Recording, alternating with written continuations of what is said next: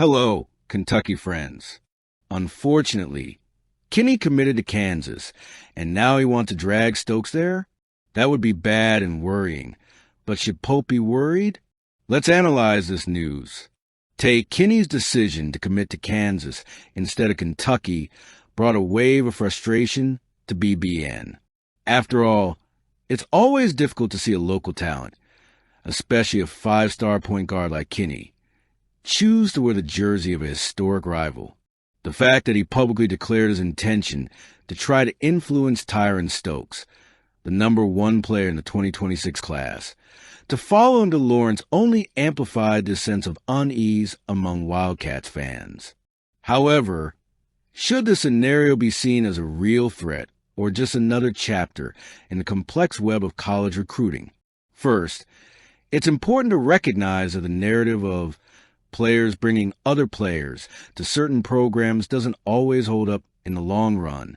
Yes, personal connections and relationships matter in the recruiting process, but they're rarely the only deciding factor for elite athletes like Stokes.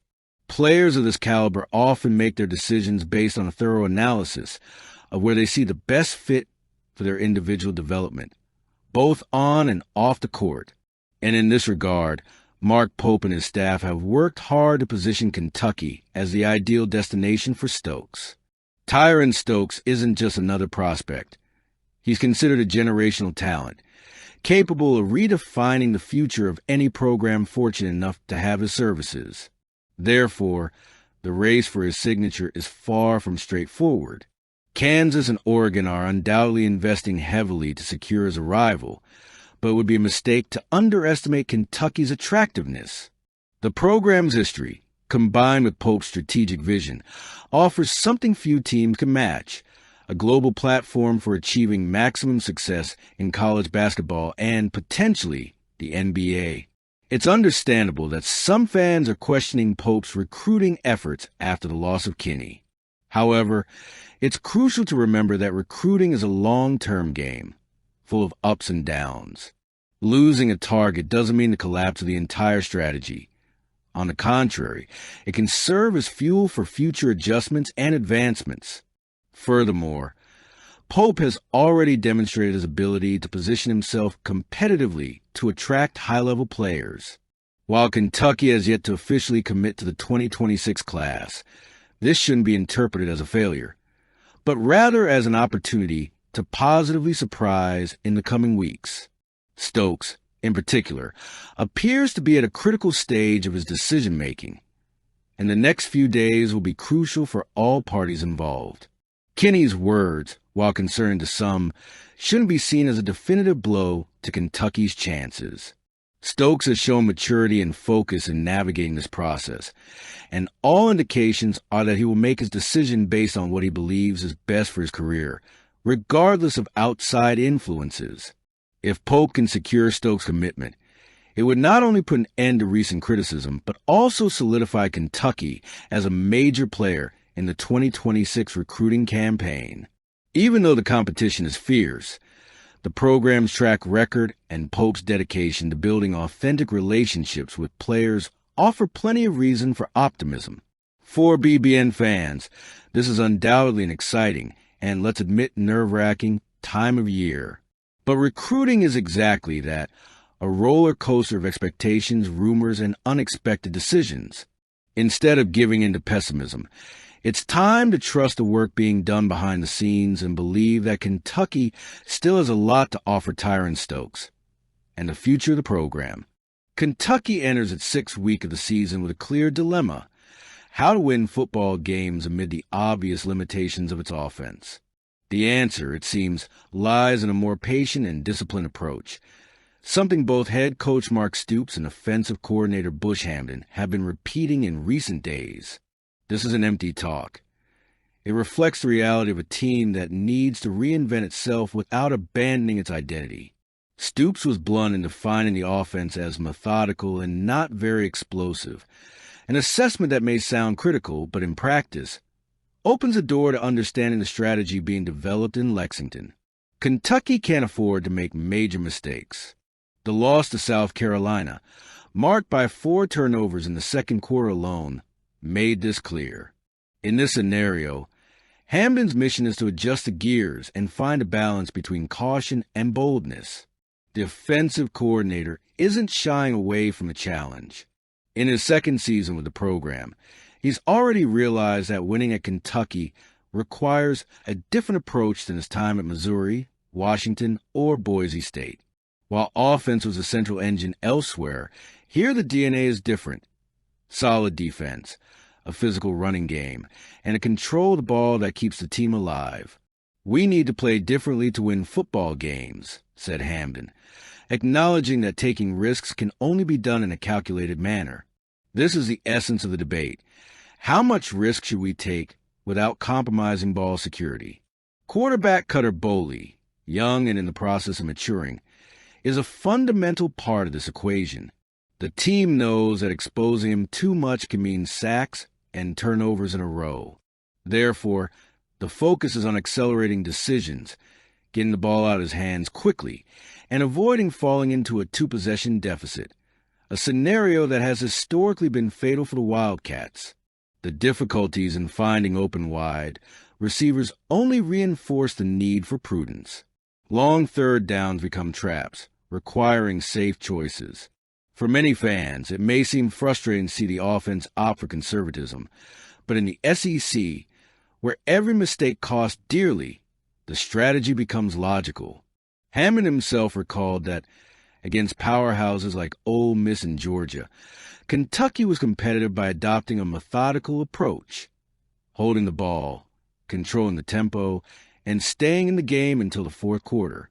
The great advantage of this mentality is that it speaks directly to Stokes' philosophy, developed throughout his time with the program. Kentucky is under no illusions about transforming itself into an explosive offense overnight, but understands that discipline, patience, and control can pave the way for consistent victories. What's required of the offense isn't spectacle, but efficiency and responsibility. It's a path that demands maturity from the fans and the players themselves. After all, each snap will be more about mitigating risks and less about chasing immediate brilliance. For a team with so many offensive uncertainties, this is the most realistic and perhaps most promising way to transform limitations into competitiveness. Bush Hamden's speech doesn't sound like resignation, but rather like planning. If Kentucky can balance risk and safety, exploit the running game, and keep its defense on the field in favorable conditions, it will be able to avoid pitfalls and take firm steps within the SEC.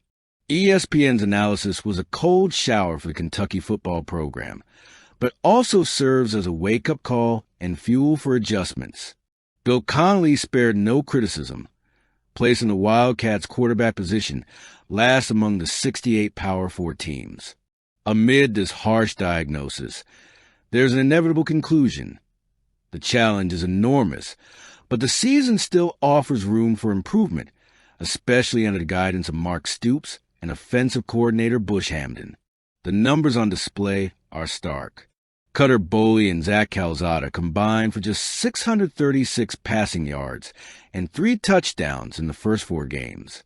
Their combined passer rating of 25.4 reflects the inconsistency fans are already noticing on the field.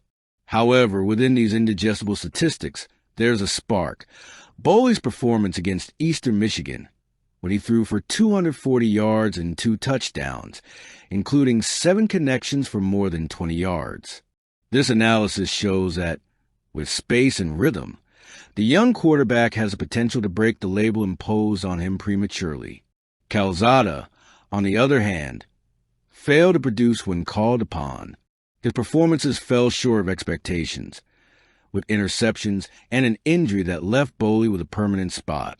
It's natural that the transition process takes its toll, especially in the SEC, where every mistake is magnified by the strength of the opponents. Against higher-ranked offenses, the Wildcats struggled, and the statistic of 9 sacks received highlights not only the quarterback's shortcomings, but also the limits of protection and routes. Connelly was emphatic in stating that the QB position offered little in 2024 and will offer even less in 2025. But here's a balancing act. Kentucky is building an offensive identity aware of its limitations. The methodical offense, as Stokes and Hamden recently described it, aims precisely to minimize damage, control possession, and give the defense a chance to remain competitive.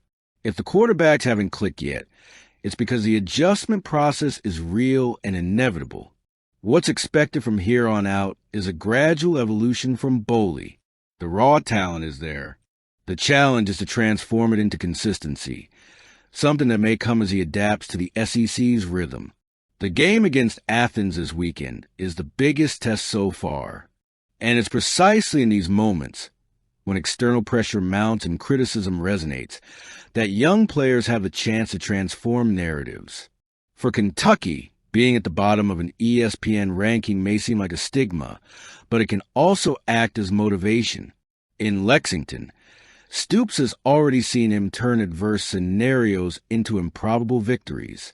The quarterback position is, indeed, a problem, but within the playing philosophy built over the years, it's also an opportunity to show that, with discipline and intelligence, the Wildcats can compete even without immediate brilliance. The season is still long, and if there's one thing that defines Stokes' Kentucky, it's the ability to endure, adjust, and surprise when few believe. ESPN has delivered its verdict. Now it's up to the Wildcats to respond on the field. Leave your comments.